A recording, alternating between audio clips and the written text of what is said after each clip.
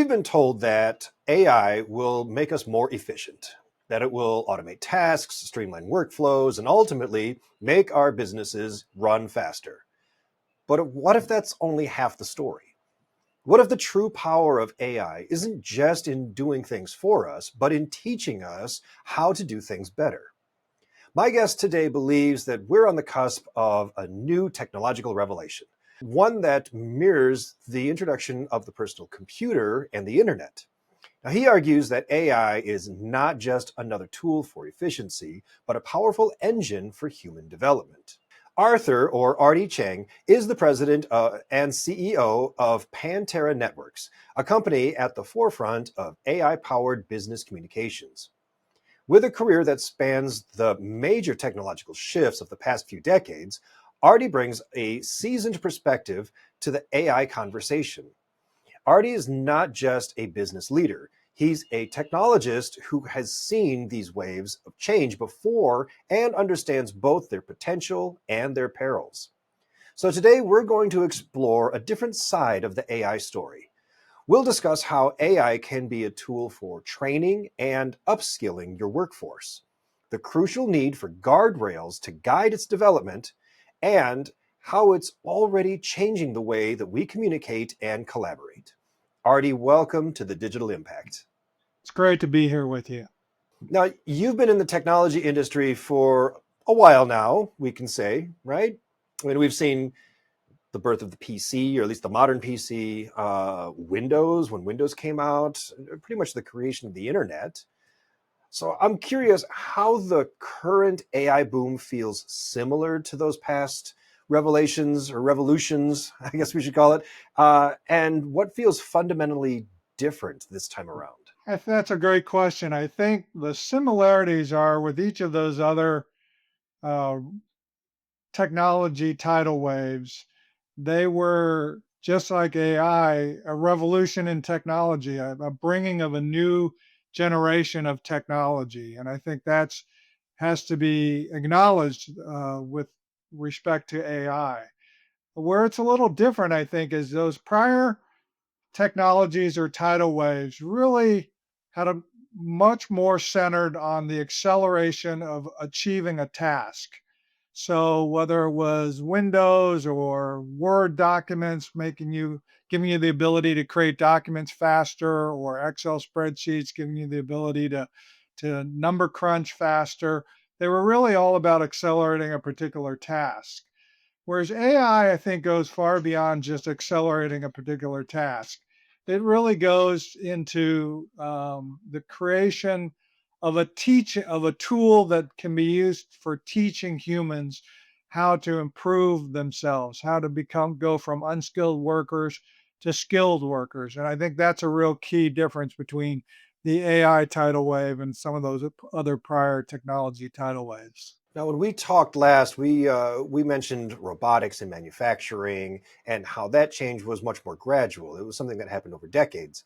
AI feels like it's moving at an exponential pace. So, do you think that our capacity as a society to adapt can keep up with this accelerated rate of change? I think AI is going to be a true key test for our society and for humanity in general.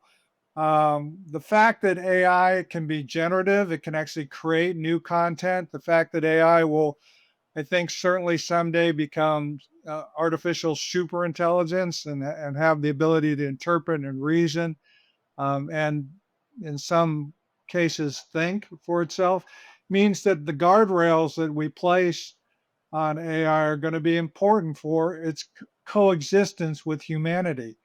And I do think humanity is up to the task of creating those guardrails and managing AI so we can have a peaceful, productive coexistence.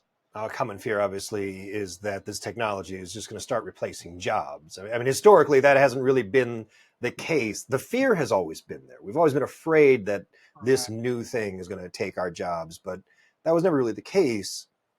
Do you think that same pattern holds true here with AI, or is there something about this technology that might actually break that trend? Yeah, I mean, I think there are certainly people who have been quoted as saying that trend will be broken, but I fall on on the side of it will be upheld. I think there will be a shift in the kinds of jobs that humans do. I think it's a shift for the better. I think the shift will be there where unskilled job displacement will be replaced by skilled job increases. So I do think it's going to hold. I ran into something recently. I was speaking with somebody else, and he was talking about how he was really afraid that AI was just going to completely take over everything, and nobody would have a job anymore. And I asked, "Do you use it?" And he said no. And I started finding this common trend where most of the people I asked who were the most afraid or the most weary of it never actually used the platform. I was just wondering if that's something you saw as well, or I think that's a general case for human character and human interaction. When we fear something, we can create all sorts of false narratives that reinforce our fear. And you see that in social media platforms today all the time. all right. So when we spoke last, you made this really fascinating point that we often talk about AI in terms of efficiency, right? But its real power might not actually be there. Its real power might actually be in training and using it as a teaching tool. Can you expand on that? What do you mean exactly? Yeah, I mean, I think that's the real difference, as I said on the first point you brought up. The real difference between AI as a technology and some of the prior technologies is that AI, there's artificial narrow intelligence, there's artificial general intelligence, and then there's artificial super intelligence. Is the kind of three common levels of artificial intelligence, and sort of seamlessly through those three levels is the fact that AI can do more than just aggregate. It can do more than just collect information. Generative AI can actually generate new content. It can interpret information. It can summarize. It can sense sentiment in the content. And I think that's where it's going to be used to help train humans to do more skilled like jobs and skilled tasks and capabilities for humans. And I think that's the big difference between AI and some of those prior technologies. It's like when you get handed a brand new laptop and state of the art, and then you're asked, "Does this have a calculator? Can I use it as a calculator?" Well, yes, you can. It can do more than that, though, if you'd like it to do more. Right. No, I agree 100%. And I think, again, unlike spreadsheets and word processing and the PC itself, AI can be used to help train the human, not just respond to the human. And that's such a different look at AI because so many people look at it as I'm just going to ask it questions and it's going to give me answers. Nobody ever thinks, well, maybe I could use it to actually coach me and actually make me better at this task or better at this job rather than just trying to shove all of the responsibilities onto the AI and just having it do it for me. Correct. And I think, again, that's the big epiphany or the big evolution of AI is how it's going to help teach humans to be better at what they are good at doing. When you have a system like AI uh, doing more than just giving us information, it's literally teaching us. You then have to talk about the concerns and the need for guardrails, especially in AI development, right? So we've seen with social media platforms the struggle to find the right balance between open access and content moderation. So talk to me about some of the lessons that we've learned throughout the evolution of AI and the evolution of platforms out there as we build out these rules for AI. And I think, we're seeing in real time how guardrails have to be flexible. They have to be fluid and adaptable. You see that in the social media platforms and the guardrails that are constantly being evaluated and interpreted differently and adjusted. And I think the same thing is going to apply to the AI guardrails. They have to be created in such a way that they're fluid and they're dynamic and they're adaptable. And I actually believe that we can actually use AI to help formulate and adapt and iterate the guardrails for AI. That's a concept that I think is an interesting concept, but I truly believe that that can happen. All right, so that's wild, right? You created a self-learning system, and then you're asking that system to create a set of rules for itself. And it sounds paradoxical. It sounds you know irrational. But let me give you a perfect example. We as humans create our own laws and create our own guidelines and create our own metrics of how to guide us as humans and as society and as humanity. So we as humans have done this for thousands of years at creating rules to help guide our own society. And so, why can't AI do the same thing? We can use AI to help adjust and evaluate and interpret, create new rules or adjust the existing guardrails to make AI better for not only itself, but for human and humanity itself. I almost feel like that. Well, I understand it, and it makes sense in a way. It also feels very Lord of the Flies ish, where Right. you've given it the ability to set its own, create its own rules, and I could see how that could devolve into chaos if it doesn't have human oversight. We've seen what happens if you put in too many guardrails, and we've seen what happens when you don't have enough guardrails, right? So it's almost like you've got this split right now. Too many guardrails. Well, who's actually in control of those guardrails? Because they're controlling a flow of information. You're going to learn from that AI, but you're only going to learn the information that that guardrail allows, which means you're only going to learn whatever that company or corporation that's controlling those guardrails is going to allow.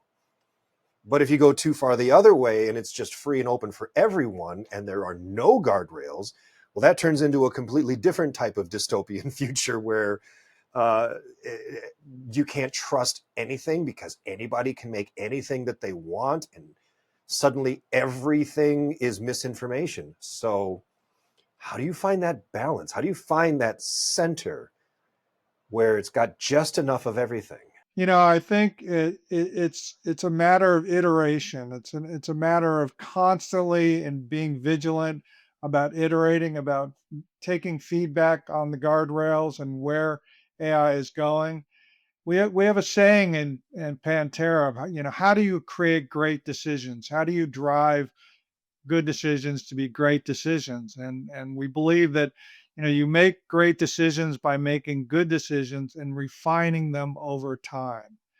And I think there's two key aspects to that saying. The first part is, no decision is a bad decision, or essentially paralysis by analysis is not good. You got to make decisions. You got to have guardrails to begin with, make some basic assumptions. But the second part of that, how do you make great decisions? How do you create great guardrails? Is you refine them over time. And so, just as the social media platforms today have refined their guardrails over time, and in the essence, if we believe that goodness will always win out over badness or over evil, then we have to understand that refining those guardrails will allow us to find and achieve that sort of what we call utopian balance in the guardrails. All right, so over at Pantera, you're actually using AI right now to improve customer and employee engagement. Can you share some success stories on how AI has actually helped, like a distributed workforce, like a franchise model or communications or something like that more effectively? Yeah, sure, absolutely. One of our customers is a franchise food franchise called Cup Bop, and they make Korean food for people all around the country. They have, I think, like Oh, I know exactly who they are. Yes. yeah, they have like 36 or 38 locations around the country, and Hmm. they have weekly and monthly meetings where they video conference in all the not all the employees, but the supervisors from all the different locations. And up to this point, they've been using those meetings to disseminate information, and each one of the supervisors would take their own notes on what was summarized in the meeting and what were the action items. And what they were finding is each supervisor had their own interpretation of what the meeting was all about and what the content was about and what the action items were. And so they're finding tremendous inconsistencies. And when they moved over to the Pantera Streams.ai platform, one of the features in that platform is an AI capability that does full captioning and full meeting summarization, including sentiment of the meeting, task, creates bullet task lists, action items. And they found that common, consistent interpretation and summary of the meeting significantly improved the overall consistency of the message and of the action items for each one of their meetings. Hmm, that's very cool. Now, I got to say, for a lot of businesses, especially when we start getting into the smaller, like the SMBs, but honestly, I think this applies to all businesses. The idea of AI can be very intimidating because you hear about all things like hallucinations. We also have data risks where your personal information or company information is being leaked because of the AI. There's like a lot of things that can happen, and a lot of these companies can't afford a misstep like that. So, what is your advice to a business leader who needs to get into AI, one, to be competitive, and two, just because it's the right thing to do. But how do you get into this safely? That is a great question. It's one that virtually every one of our customers is faced with. Hallucinations is the fastest way to create damage to your company's reputation. All it takes is one or two poor interactions with a potential customer or prospect, and then they list it on social media, and you've got a crisis on your hands. So these small and medium-sized businesses absolutely can't afford that. So what they've communicated to us is what we call a crawl, walk, run approach to AI capabilities. And what they want sort of very narrow AI approaches, say an receptionist, for example, that can answer the phone and answer basic questions about the company, and more importantly, route the user to an appropriate group within or person within the company fast and efficiently. So there's never a busy signal or a negative uh, interaction with the customer.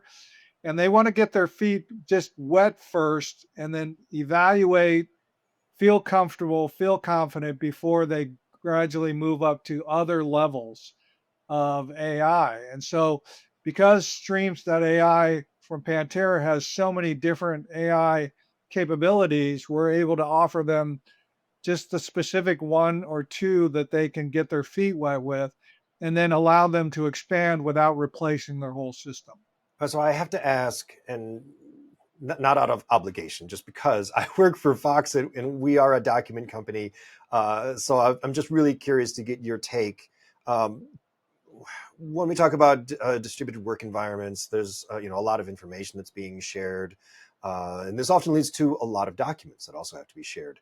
So how can AI-powered document intelligence kind of help streamline some of these workflows? Ensure that important information from different documents, like summarizing stuff, uh, they're getting delivered consistently across all locations. I think you sort of answered the question yourself, in that one of the most powerful aspects of AI is its ability to mass interpret, summarize, and create and interpret the sentiment of massive amounts of documents and content. And by doing that, it allows humans to more efficiently and effectively absorb information, whether it's research information, whether it's informational information, whether it's event driven information.